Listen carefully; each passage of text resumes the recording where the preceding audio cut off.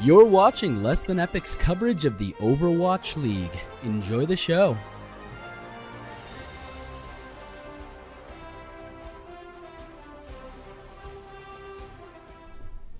Hello everyone and welcome to another week of Less Than Epic's Power Rankings. My name is Kinky and I will be filling in for Novapunk this week. We had some crazy matches this week, leaving us with a lot of teams fighting for the number 4 seed in Less Than Epic's Power Rankings. Let's find out where they all landed. Coming in at number 12 for the third week in a row are the Shanghai Dragons. Every week, we hope that this crew can pull off a victory, and during their first match, it always looks possible. You can tell that this team has been improving week by week, but is still not quite enough, and they're falling short. Up next at number 11, again for the third week in a row, are the Florida Mayhem.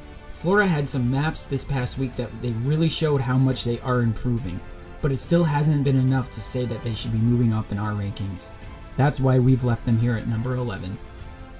Dropping one spot this week and landing in at number 10 are the Dallas Fuel. Dallas continues not to show up when it matters the most. They were able to take a map off of a very good New York team, but ultimately, they did not have what it takes to come close to winning the game. Dallas Fuel number 10.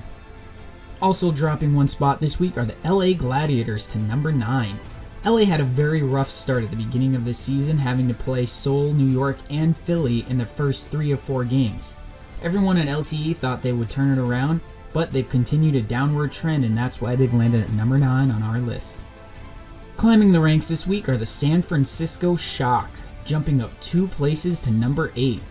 San Fran was able to get a win against a not-so-good Florida team, as well as take a map off of a very good Houston team, and nearly forcing the game into overtime. The Shock still have a way to go before they're considered one of the better teams in the league, but they're heading in the right direction. The next 4 spots on our list highlight all of the 5 and 3 teams.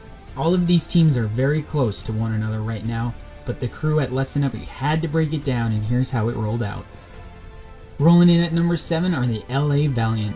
The Valiant came out swinging this week as they beat Philly 4-0, but then came back and lost 0-4 to a much improved Boston team.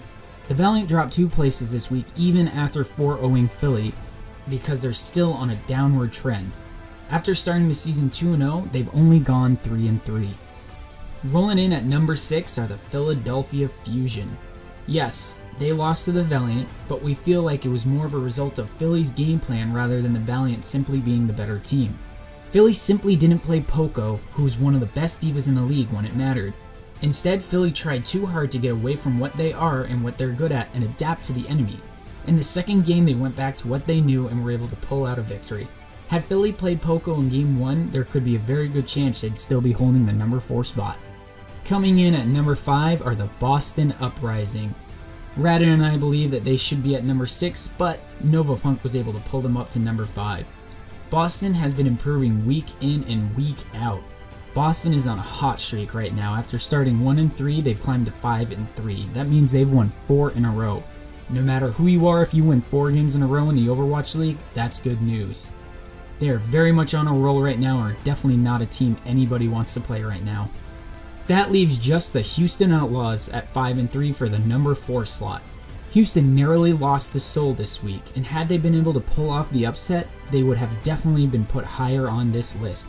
But ultimately, Seoul was able to fight back and get the win. Houston is another team that other teams need to take note of. Like Boston, they started out quiet at 0-2, but they've been fighting every week to climb back up to 5-3. This team could potentially be fighting for the number 1 seed in the Atlantic Division once Leg 2 kicks off. Dropping down to number 3 are the SEOUL Dynasty. SEOUL Dynasty got absolutely demolished by London this past week and nearly lost to Houston. Dynasty came into the league with the expectation of being one of the better teams. While they're still number 3 on our list, they are a team on a downward trend at the moment, only being 2-2 in the past 2 weeks. SEOUL has 2 easier opponents this week in the Valiant and Shock, but don't be surprised if Valiant give them a run for their money.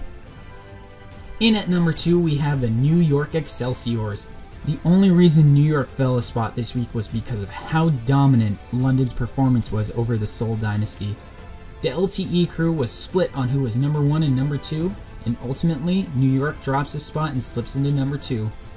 New York had a good week, winning both of their games, 4-0 and then 3-1. New York is still set up excellently heading into the end of Stage 1 and look to be competing with London for the #1 spot in the Atlantic Division. That leaves the London Spitfire at #1. We all knew London was a very good team, but what we didn't know was how deep the team's roster was. In their dominant win over the SEOUL Dynasty, they played more subs than we have seen any team play in the Overwatch League up to this point. They were being extremely unpredictable in their game against SEOUL, and even the SEOUL Dynasty were having trouble trying to adapt to their changes. And SEOUL is a team that is known for being able to adapt to their enemies' tactics. In case you missed the match, it took SEOUL 4 maps to score a single point. That means in the first 3 matches, London completely shut out the SEOUL Dynasty with 0 total points. And let's not forget, had Prophet not been benched in Week 3, we may be looking at an 8-0 team. That wraps up Less Than Epic's Stage 1 Week 5 Power Rankings. Thanks for watching, everybody. Make sure to tune in next week and we'll be giving you a breakdown of our Power Rankings for the conclusion of Stage 1. If you want to get more Overwatch League coverage, make sure you hit that subscribe button. We drop multiple Overwatch League coverage videos every week. As always guys, take care and we'll see you in the next one. If you like our coverage of the Overwatch League, let us know by liking and subscribing. And if you didn't, let us know why in the comments below. Maybe we can make it better. Thanks for watching, everyone.